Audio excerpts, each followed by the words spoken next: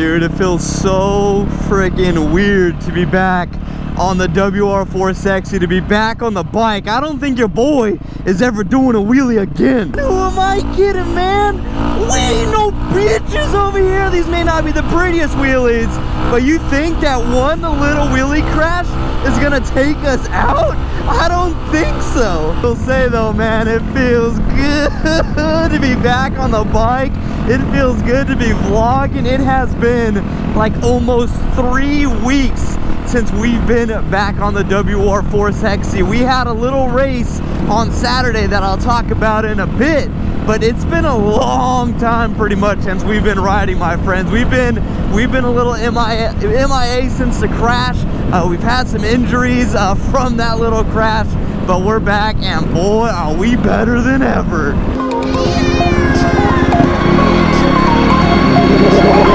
Like a Hellcat.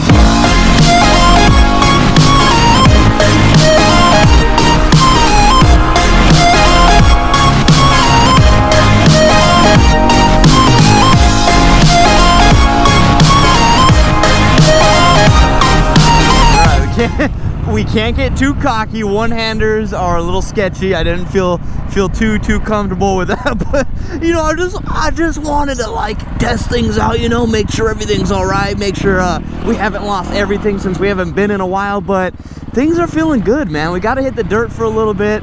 Like I said a little bit earlier, man, I had a race on Saturday. Actually went out to the Atalanta GP, and that was the first time I even pretty much touched a bike in over like 2.5 weeks. So I was super rusty. It was round 1 of the Big 6 series, so I wanted to go out there and at least get a few points. I was super rusty, man. I didn't feel too comfortable on the bike.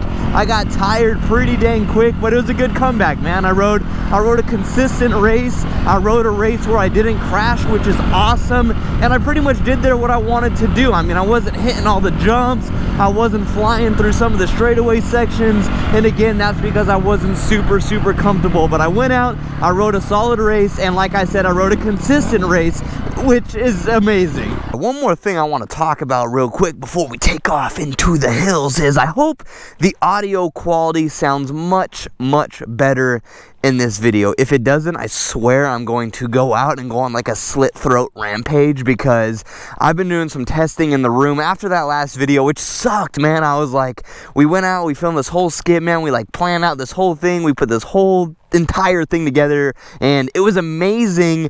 And I got home to review the audio, and it was trash. And the reason being is because since I started this YouTube channel, since the OG days, I've been using the GoPro Hero 4 Black GoPro camera, which is absolutely amazing. It's been a great camera. It's done me very well, but I guess I've had too many falls on the side of my head. I know we actually fall crazy, but I had too many falls on the side of my head, so where the external mic goes into the side of the GoPro, it got really loose, and it just got tore up in there because of all the heads trauma we've been facing over the years. And it would basically like kind of pull out of the GoPro a little bit, or kind of go sideways, and it would cause some of the audio in the videos to get crackly, or the audio just would not work in general. And I was out filming videos, and sometimes like half of the video the audio wasn't there, or like 25% of the video the audio was super crackly. So it was time to upgrade GoPros. So instead of getting the Hero 4 again, I decided to go to the biggest, baddest GoPro out right now and get the Hero 6 Black. It has like image stabilization, which I'm using right now. So hopefully you guys can tell. Hopefully it makes the video a little bit better. It's supposed to have better quality. So I was like, you know what? We might as well splurge a little bit and treat everybody well and get the best of the best, get the best video quality, all that stuff. But there was like a hidden setting in the GoPro that I had no idea about that caused the audio to be complete trash. And I was so ticked off. Shout out, by the way, to Motonocity. I ended up texting him. I was like, dude, I think you run one of these GoPros. And he's like, yeah, I run the Hero 5. You need to change this setting. And I changed the setting, and it worked. So hats off, because I was about to burn this new GoPro. I was so mad, but I think everything is good now. At least we'll find out when I go home and edit it. So 2 thumbs up if this video's up, and if it's not, you may never see this, because if it's trash, your boy might be jumping off of a cliff later tonight. And while we mosey on over to our next destination, I wanted to talk about the YZ250, the 2011 YZ250 giveaway, which was, we briefly talked about it in one of the last videos, but then again, I didn't talk about it much. I was supposed to have a video for you guys on Sunday, but like I said, I was having major GoPro issues. It was all bad, but we're back. We'll just ignore those issues, and we're back today. So sorry about the lack of upload, but we are giving away the OG VroomVroomDana 2011 YZ250. So if this is your first time hearing about it, basically what's going on, if you head over to VroomVroomDana.com, basically if you buy any amount of merch over there over $10, you're automatically entered into the 2011 YZ250 giveaway. So if you go over there, you spend 10 bucks on keychains, stickers, booby plates, wristbands, shirts, whatever the occasion is. If you spend over $10 before shipping, before taxes, you're automatically entered into winning this YZ250. Again, I'll put up an image on screen. If you spend like over $10, like I said, you get one little raffle ticket. If you spend over $25, you get 3 raffle tickets. $50, you get 8 raffle tickets, and $100, you get 20 raffle tickets, and so forth, so forth. It's kind of up to you what you want to spend.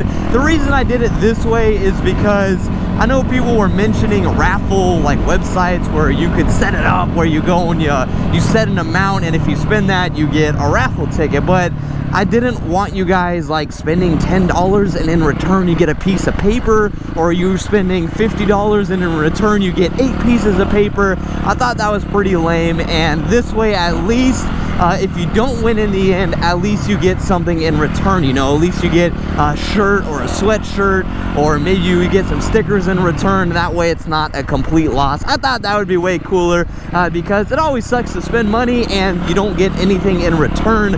So at least this way you get something in return. And hey man, you never know, maybe you need some new shirts, or maybe you need some new stuff for school, or maybe you need some new stuff for your motorcycle, and hey, in return you can win a 2011 YZ250. So that's freaking awesome. So like I said, head over to VroomVroomDana.com, and it'll have like some more rules on the header images over there, and that ends on February 15th. So good luck to you guys on that, and make sure you get your tickets or your amount spent on there before February 15th.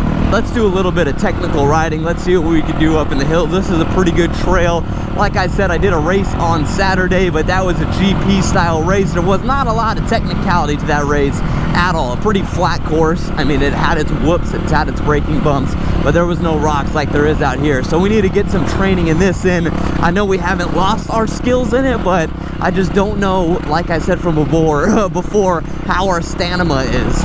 This trail's pretty beat up, man. It actually kind of rained like a week ago, which is huge for us out here in SoCal. So some of the trails are pretty nice right now. And look at this trail, man. It is just beyond hammered. We got to just try not to put our feet down. That's our goal right now. We need to work on the bike movement. We need to work on some of our skills. We're a little rusty right now, and I thought this would be a good trail to go up because of how hammered it is. And I just got to focus on not putting the feet down.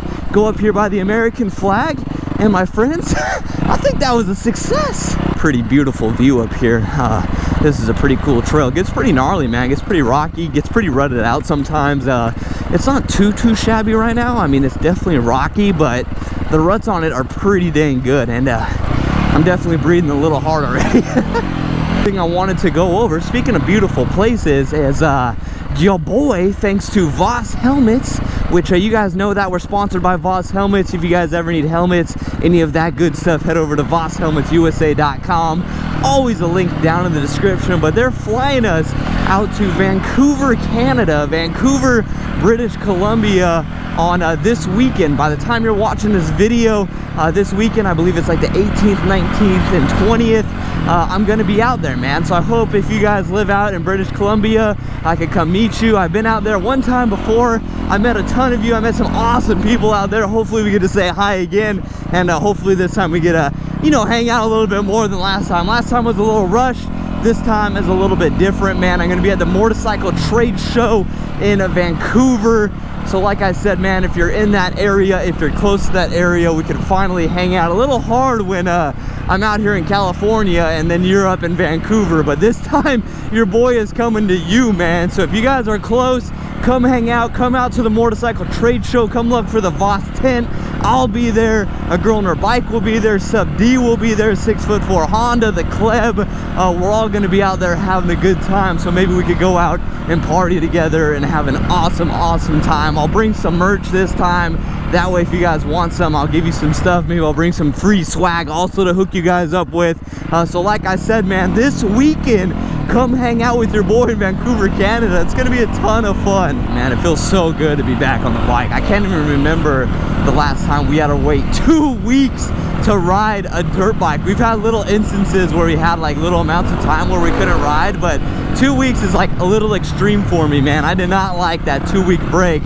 So now that we're back on the bike, especially the WR4 Sexy, it feels so good. Going on that video, the one where we had the wheelie crash, and reading some of the comments, I was like, everybody, if you've ever wanted to roast me in your life, if you're a hater, if you're a VroomVroomDana lover, whatever the occasion is, it was like a perfect opportunity to just go on a roast fest with your boy. So I always read the comments on all the videos, but this one I made sure I read 100% of them. There was people roasting me over there, and I was like, man, this is amazing. Some of you guys asking me if that was my worst crash I've ever had on a dirt bike. And no, my friend, it was painful, don't get me wrong. It was something that I definitely don't want to do again. It's something that wasn't the funnest thing in the world, but by far, definitely not my worst crash I've ever had in my life, man. I had a crash back in the day where it actually almost took your boy out, man. Like, I was in some serious trouble at the time of the crash, and I'll go over it in a little bit. I actually got some old GoPro footage from it also, which you're not gonna want to miss. But nah, dude, like, although this one is pretty gnarly, luckily the only thing I walked away was with road rash, a messed up hand, and besides that, dude, I was good. I didn't break anything, I didn't have to go to the hospital. It definitely wasn't on that level, but we all know road rash is never fun. Actually, speaking about that crash, man, I never really talked about it that much. I mean, obviously you guys saw the video where we looped out the wheelie.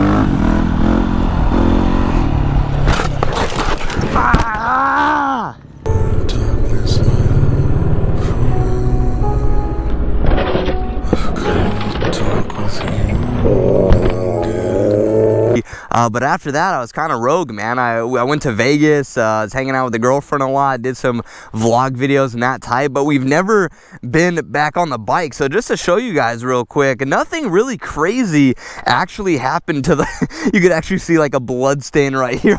You could see like little drips of blood on the bike, but besides a few blood stains here and there was really nothing wrong with the bike. I mean, if I do a walk around a little bit, you could tell that I cracked the license plate in half on this side, popped the rivet out of the license plate, so this thing right here is a little funky. I ended up scuffing up the exhaust. Not crazy, but it kind of sucks. These power cores are kind of expensive, so I scratched up the muffler a little bit, scratched up some of the side.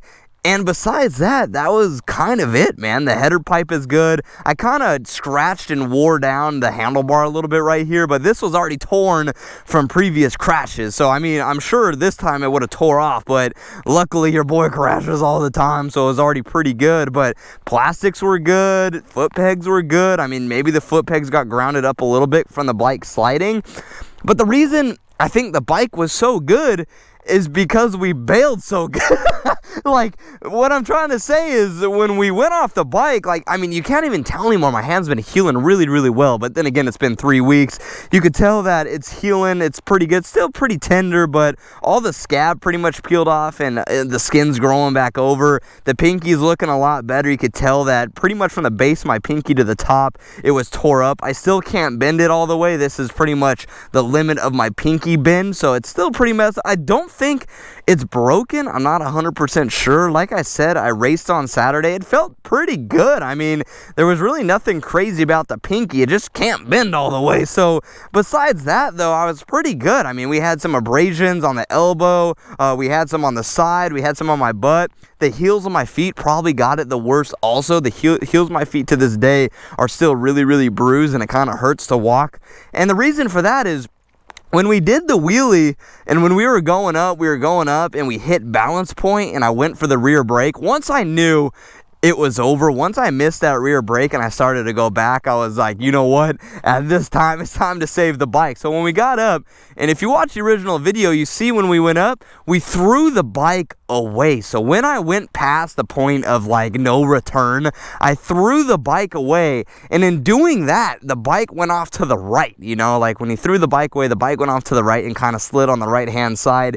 And when I threw the bike away, I tried to land on my feet. And when I went and I landed on my feet, obviously I had way too much forward momentum, so I landed heels first, towed over, did a little front flip, and that's how I bruised the bottom of my heels. That's how I got all scuffed up, is because we landed, front flipped, and popped back up. We had an amazing get off. I'm sure it could have been a lot worse. We had an amazing get off, which I don't know, maybe we should join the Olympics or something because of our crash techniques. But in doing so and throwing the bike away, I think that was the greatest possible situation, because when we threw the bike away, it went off to the side instead of going straight back, because if I knew if it went straight back, we probably would have ripped off the entire rear fender. So it would have been rear fender, this whole little kit with the light built in, the blinkers, that would have all broke off. Probably would have scuffed up the end of the tailpipe on the muffler. Maybe it would have broke a mount, I don't know. Maybe could have had some damage up here on the controls, up on the handlebars. So I knew it was better to save the bike than save myself, because the bike is always your number one priority. So we took a main grunt of that fall, and with that being done, the bike is pretty dang good. So that's what happened to the bike. That's where I've been. I had to have time. I had to let the hand heal. I couldn't do anything, man. And like I said, my gloves were totally shredded, which these are my new / used gloves I've had for a while that we've been using. But besides that, man, we've been good. We just had to take a little bit of a break. We just had to let some of the wounds heal, and we're back. Yeah, man, back when I was like I think I was in the age range of like 14 to 16 years old when I had the worst crash I've ever had on a dirt bike, which I've always, little OG background information on your boy is, I started riding when I was a kid, man. I've had a bike ever since I learned how to walk. I think I had a PW50 back when I was about 4 years old, man. I think I was riding a dirt bike before I was even riding a bicycle. So I've always been around dirt bikes my entire life. I mean, it's something my dad was around, something my grandpa was around. Everybody was around dirt bikes. So when I was 4 years old, I was kind of put in a situation where it's like, all right, well, here you go, man. Carry on the family tradition, ride a dirt bike. We never took it serious, man. It wasn't like that. We were total, like, weekend warriors. We didn't live in a place where I could ride next to my house. We never went to tracks. But when, like, Thanksgiving would come around, or Christmas, or whatever the occasion was, we'd always go out to the desert with the family, have a good time, go out, ride together, take some little trips. And that was kind of it, like, for riding, man. I didn't ride a lot as a kid, but every once in a while we'd go out and have an awesome time. Fast forward a little bit to, like I said, when I was about in the age range of 14 to 16, my dad, his whole life has, like, well, not his whole life, I would say when he was in his 30s or whatever, started doing desert races. He started to do these District 37 desert races. And when I got old enough, when I started getting like a bigger bike, I should say my first full-grown bike, which was a 2006 KX250F, man, a freaking awesome bike in the day. I went from like a DRZ 125 to a full-blown KX250F race bike or something. That thing was, that bike was no joke. That was such a huge step for me. It was insane. I was falling like 20 times every time I stepped foot on that bike. It was so next level. But once I got that bike, I was finally put in a position where my dad would go out racing, and we would just load up both bikes. And when he was racing, I would just ride around like camp, ride around wherever we were, waiting for him to finish, to just get some more seat time on the bike. As time went on, I wanted to basically do what my dad was doing. I wanted to do some desert races. I wanted to compete in some actual events. So as like a few years passed, I finally signed up to do my first desert race. And after that, man, I was absolutely hooked. I think I finished like dead last in my class, in the beginner class, but I didn't even care, man. I had so much fun in that race. I fell like 15 times, but I didn't even care how many concussions I had that race. I was like, this is like the greatest thing I've ever done in my life. To a point where obviously the more you do, the more comfortable you get, the better you start doing. So I bumped up a class. I ended up still doing like one loop in these bumped up classes. I started to move on to 2 loops, but considering that I didn't ride that much back in the day, the desert race 2 loops were just like kind of out of my skill level, you know. I was having a hard time finishing them. I remember one race in specific, there was this one trail that was on the ridge of this mountain in a desert race, and I spent like an hour and a half on this dang trail trying to get up it. I think like I drank my entire Camelback, and I just remember finally finishing that trail, going back to camp, and was like, man, I give up, dude. I was so tired, I could not do this trail, and I'll always remember that. I was like, holy moly, this stuff is hard. You know, like I said, fast forward a little bit longer, probably like 2 years later into my whole little desert racing scene, where I don't know, I did a handful. I probably did like 10 races combined, maybe 15, somewhere in that range. I always remember this one race. I'll show you guys the GoPro footage in a minute, which, let me remind you, it's on the Hero 1, back when GoPros first came out. I remember I thought it was the coolest thing. Your boy's gonna have this GoPro game since day one. I ended up getting a Hero 1, and I freaking put that thing on top of my helmet, and I was like, oh yeah, this is gonna be real cool. I always loved filming anything I did. So right when that GoPro Hero 1 came out, I don't even think it was HD yet, I remember I picked one up, and I was in this race, and in a desert race, you're all lined up in a row, like your entire class, like all experts, everybody who's an expert, 450, 250, 125, it doesn't matter what the occasion is, everybody is lined up on that row, and then the other rows follow behind them, intermediate, novice, beginner. And at the time I was doing a novice race, so I was in the 3rd row, probably like 100 people wide. That's how a desert race takes off. There's like 100 people wide. There's some guy 100 feet out, 200 feet out that has a big banner, and they count, or they don't count down, but it's pretty much 1 minute till the flag drop. They put up the banner, and then they drop the banner. Everybody starts their bike and they take off. So that's a bomb run. Ended up getting a pretty bad start. I think I was on my 2-stroke, actually. I think I upgraded to a KX 250 2-stroke, if I remember right. May have been the 250F. I'm not 100% sure. This was over like, this pretty much like 10 years ago. And so they dropped the banner. I go to start the bike. Bike doesn't start. Started up second kick. It took off. I had to catch up. I had to play catch up. I ended up doing pretty good. Ended up passing a few people. And about 40 seconds, or maybe it was like 20 seconds into the takeoff, some dude bolts out of nowhere, literally out of nowhere, comes across my line, clips my front tire, and I was probably 4th gear tapped, maybe 5th gear, not 5th gear tapped, but I was definitely going pretty dang quick. And he comes in my line completely out of nowhere. I don't know where he was going. I don't know what was in his mind, but he comes out of nowhere, takes out my front tire, totally rips the bars out of my hand, and your boy tumbled, and he tumbled hard.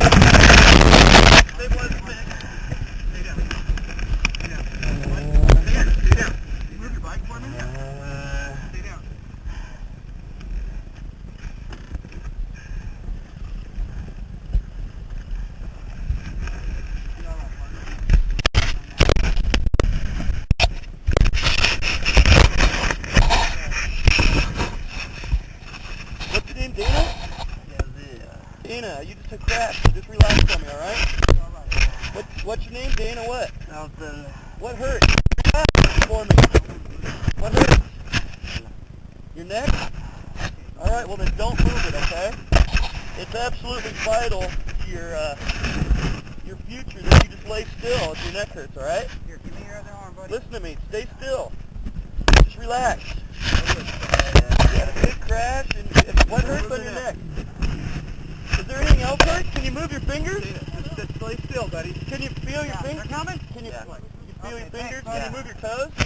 Put your hands. Can you move your toes? Yeah. You can? Alright, well then just relax. That means everything so far hasn't gone bad. Be alright. Dana, talk to me. Where's it hurt? Right thigh. Stay awake. Stay awake for me. Okay. You know what today is? Yeah. What is it? What's today? I don't know. You know where you're at? Hold still. Don't move. Stay still. Don't move for me, alright? So Sir Dummy Dum Dum comes out of nowhere, takes me out. I tumble. I don't remember anything. I'm blacked out in a bush.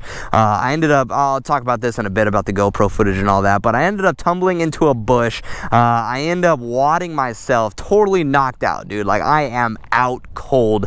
And these random people, which is the amazing thing about desert racing, an amazing part about this community, is there was like 3 people who stopped 30 seconds into the race, threw away their entire race to stop and make sure I was all right. There's these random people stopping traffic. Who knows what would have happened if they didn't stop right there, or they didn't stop for me, because a bomb in a desert race, you're in the middle of the desert, man. It's dusty. People can't see you, especially if you're down on the bomb. So there could have been people running me over, my freaking limp body, blacked out. They could have been hitting me doing 60, 70. It could have been an absolute disaster. But I had some random people actually stop for me, which was amazing. I mean, my hats are off to these people like forever. I mean, it was an amazing thing for them to do. And one of the people that actually stopped was my dad. He was in the same desert race as me, had just about a start as I did, but he was a little bit farther off to the right. And he said when he saw a dust cloud, when he saw people surrounding this person on the ground, he had a gut feeling it was me. So he went off course,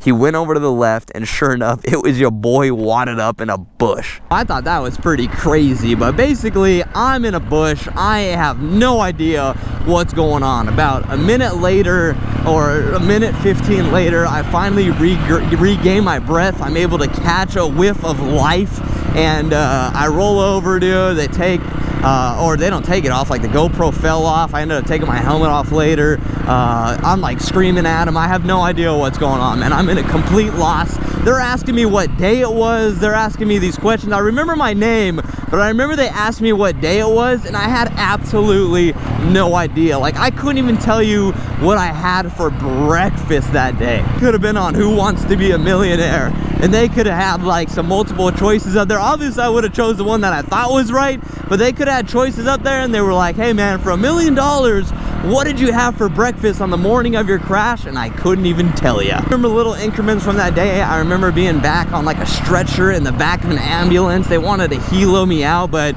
we all know how helo rides are and how expensive they are, because I was actually wearing a LEAP brace at the time, or a LEOP brace, which I actually think maybe saved me from being paralyzed. I'm not even joking on that. I ended up having my neck when they took the LEAP brace off, I had a huge bulge on the side of my neck. So they thought my neck was broken, so they taped me down to a backboard. Your boy is in the back of an ambulance and taking me to the nearest hospital. I remember little things, like I remember little flashes of me being in the ambulance, and that's pretty much it. I remember a little flash when I was in the hospital, but besides those little flashes, and besides me remembering vaguely of them asking me questions, I had no answers to any of them.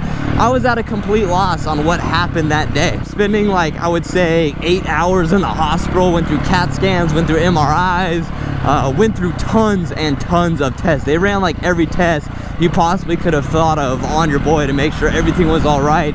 And I ended up being super lucky. I remember the doctor came in and he was like, dude, you could have died from that. Like, you are so lucky that you survived that crash, dude. I cracked the shell on my helmet at the time. It was all bad, dude. I was wadded up. I remember I had bruises on my legs from knee to thigh. So I had the fattest bruises you've like ever seen in your life, like a foot and a half tall bruise which allowed me not to walk. I remember they had to wheelchair me out of the hospital because I couldn't put any pressure on my legs.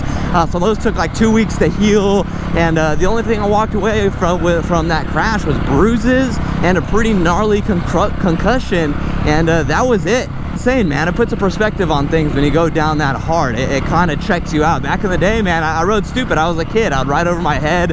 I would ride faster than I could ride, and I got in some bad situations. So after that happened, I ended up doing a race like 3 weeks later or a month later. I did another desert race.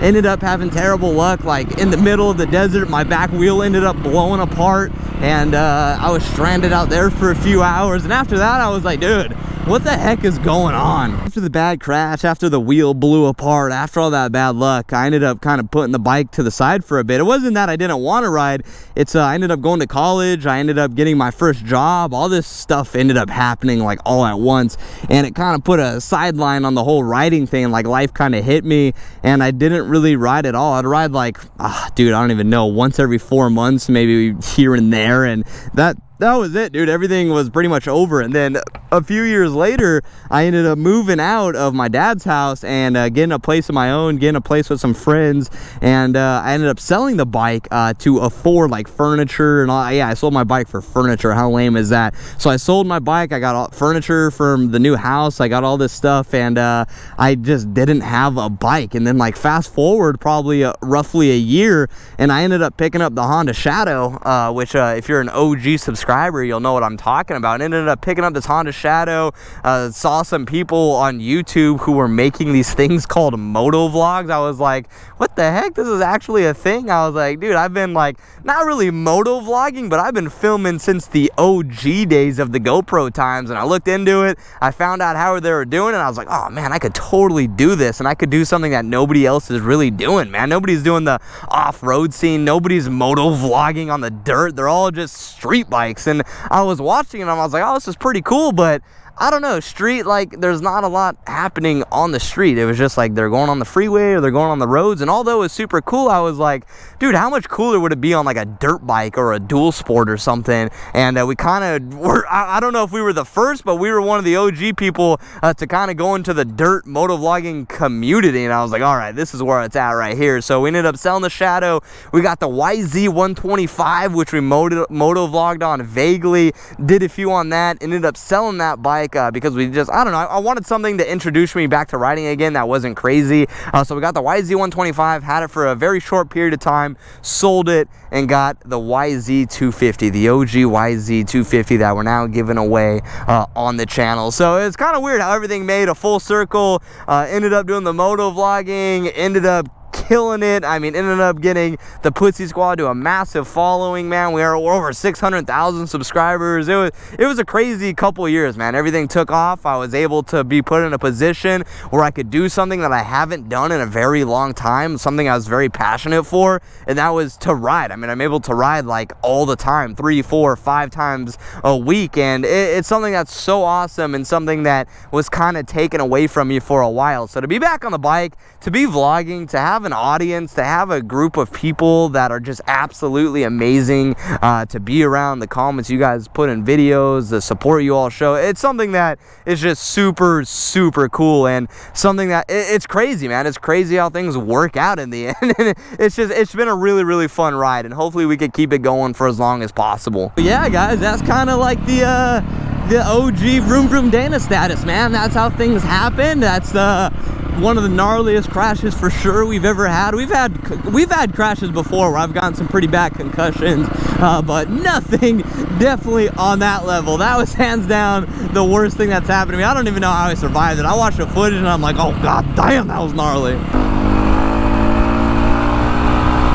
So much, I think I'm gonna end the video right there. Feel like we had a lot of bonding time right there, so thank you so much for tuning in to VroomVroomDana, and oh boy does it feel good to do that again. So thank you guys so much, man, for tuning in. You guys are absolutely amazing. Everybody who's entered the giveaway so far or is planning on entering the YZ250 giveaway, good luck. Like I said, if you're in the States and you enter the raffle, I will drive the bike to you If you win, if you're international, yes, you could still enter. I'm just gonna pay the first $500 of shipping and the rest is on you. So say shipping to an international place is $800, I will cover $500 and the $300 will be on you. So good luck to you guys on that. I hope to see you guys in Canada if you are around that area.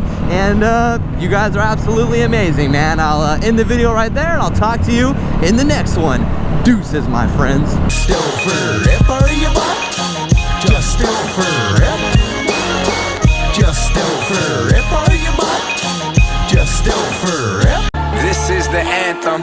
Told the world I need everything and some. Yeah, 2 girls, that's a tandem. She gon' do it all for me when them bands come. Got it all, yeah, I'm young, rich, and handsome.